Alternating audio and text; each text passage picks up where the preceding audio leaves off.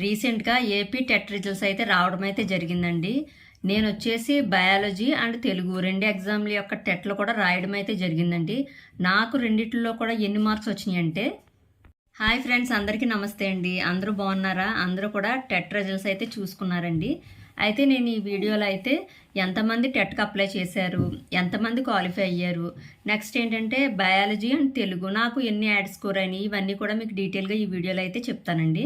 చెప్పేది టెట్ రాసిన వాళ్ళు మన వాళ్ళు ఎంతమంది రాశారండి అది చెప్తున్నానండి. అంటే ఇన్ సర్వీస్లో ఉన్న వాళ్ళు అయితే కాదండి. మొత్తం 2,47,427 మంది అయితే రాశారండి.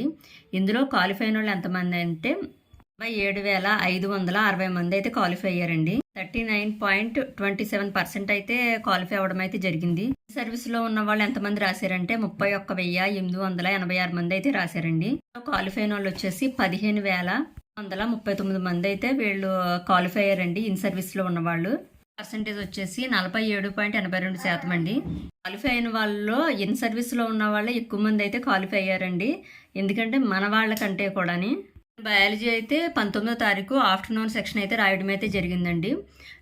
నేను కౌంటింగ్ చేసుకున్నప్పుడు అయితే ఎగ్జామ్ అయిపోయిన తర్వాత ఇచ్చిన రెస్పాన్స్ షీట్లో లెక్కేసుకుంటే నాకు 70 మార్క్స్ అయితే వచ్చినాయండి. నాకు ఇప్పుడు ఏంటంటే తర్వాత మనకి రామానుజన్ గారి ఒక బిట్కి అయితే 107వ బిట్ అనుకుంటండి, ఆ బిట్కి అయితే ఒక మార్క్ అయితే యాడ్ అయ్యింది. నెక్స్ట్ నార్మలైజేషన్ మొత్తం కలిపి నాకు వచ్చిన మార్క్స్ ఏంటంటే 74 ఇంకా మార్క్స్ అయితే ఉన్నాయి, పాయింట్లో వచ్చినాయి 74 ఇంకా కొంచెం మార్క్స్ అయితే ఉన్నాయి నాకు బయాలజీ పరంగా వచ్చినాయి. ఇంకా తెలుగు ఎగ్జామ్ పరంగా వస్తే కనుక నేను మామూలుగా లెక్కేసుకున్నప్పుడు అయితే నాకు 75 అయితే వచ్చినాయండి నాకు రెస్పాన్స్ షీట్లోని. తర్వాత నేను కౌంట్ చేసుకుంటే నాకెన్ని వచ్చినాయండి ఇప్పుడు 77 పాయింట్లో అయితే రావడం అయితే జరిగిందండి.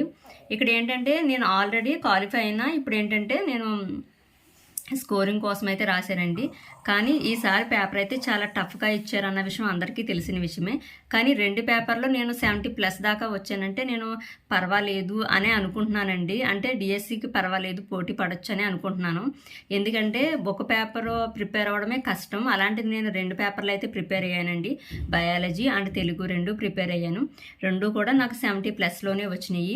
అదేంటంటే నాకు 75 రావాలి, కాకపోతే ఏంటంటే తెలుగు అయితే 75కి ఎబోనే వచ్చినాయి. ఈ బయాలజీ వచ్చేసి 74 పాయింట్లు అయితే రావడం అయితే జరిగిందండి.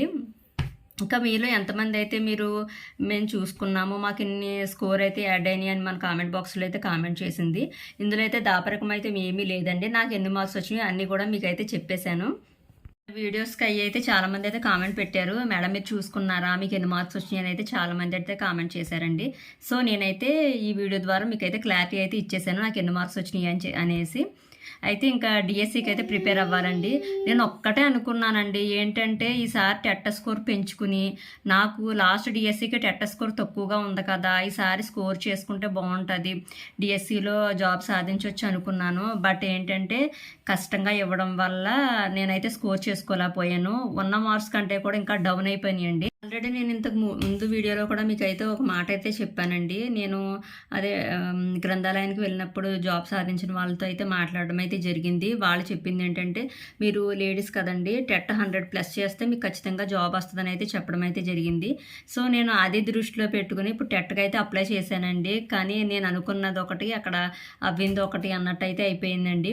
మా ఫ్రెండ్కి వచ్చేసి తను సోషల్ తెలుగు అనమాట, తెలుగు తనకి 113 లాస్ట్ టెట్ అనమాట. ఇప్పుడు తనకి ఎన్ని వచ్చినాయి అంటే 77 వచ్చినాయండి. 113 వచ్చిన అమ్మాయికి తెలుగు ఈ టెట్లో తనకు వచ్చేసి తెలుగుకి 77 వచ్చినాయండి. అంటే ఎన్ని మార్క్స్ తేడా ఉన్నదో చూడండి ఒకసారి. నెక్స్ట్ తన సోషల్ స్కోర్ వచ్చేసి లాస్ట్ తనకు వచ్చేసి 108 అంటండి సోషల్లో తనకి టెట్ స్కోరు. ఇప్పుడు ఈ టెట్లో ఎన్ని వచ్చినాయి అంటే 90 వచ్చినాయండి. తన ఓసీ అనమాట.